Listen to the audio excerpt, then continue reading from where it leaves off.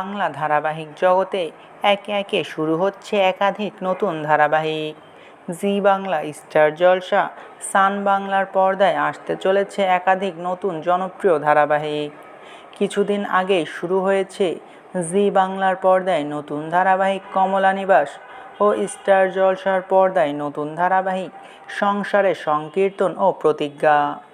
এছাড়াও জি বাংলার পর্দায় আসতে চলেছে নতুন ধারাবাহিক অন্নপূর্ণার লক্ষ্মীরা। তো অন্যদিকে স্টার জলসার পর্দায় আসতে চলেছে ঘূর্ণি।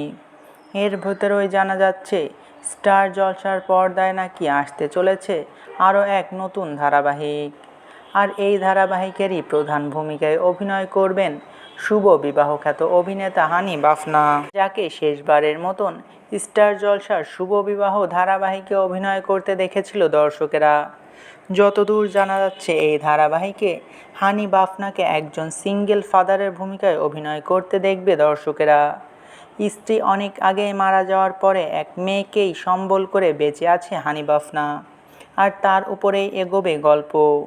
কিভাবে সে সিঙ্গেল ফাদার হিসেবে তার মেয়েকে বড় করবে সেটাই দেখানো হবে এই ধারাবাহিকে। এই ধারাবাহিকে হানি বাফনার স্ত্রী, অর্থাৎ যে স্ত্রী মারা যাবে, তার চরিত্রে অভিনয় করবেন সন্ধ্যা তারা খ্যাত অভিনেত্রী অমৃতা দেবনাথ। আর এই ধারাবাহিকে প্রধান ভূমিকায় অভিনেত্রী হিসেবে থাকবেন যতদূর জানা যাচ্ছে নবাগতা কোনো অভিনেত্রী। এই ধারাবাহিকের নাম নাকি দেওয়া হয়েছে বাবলি সুন্দরী।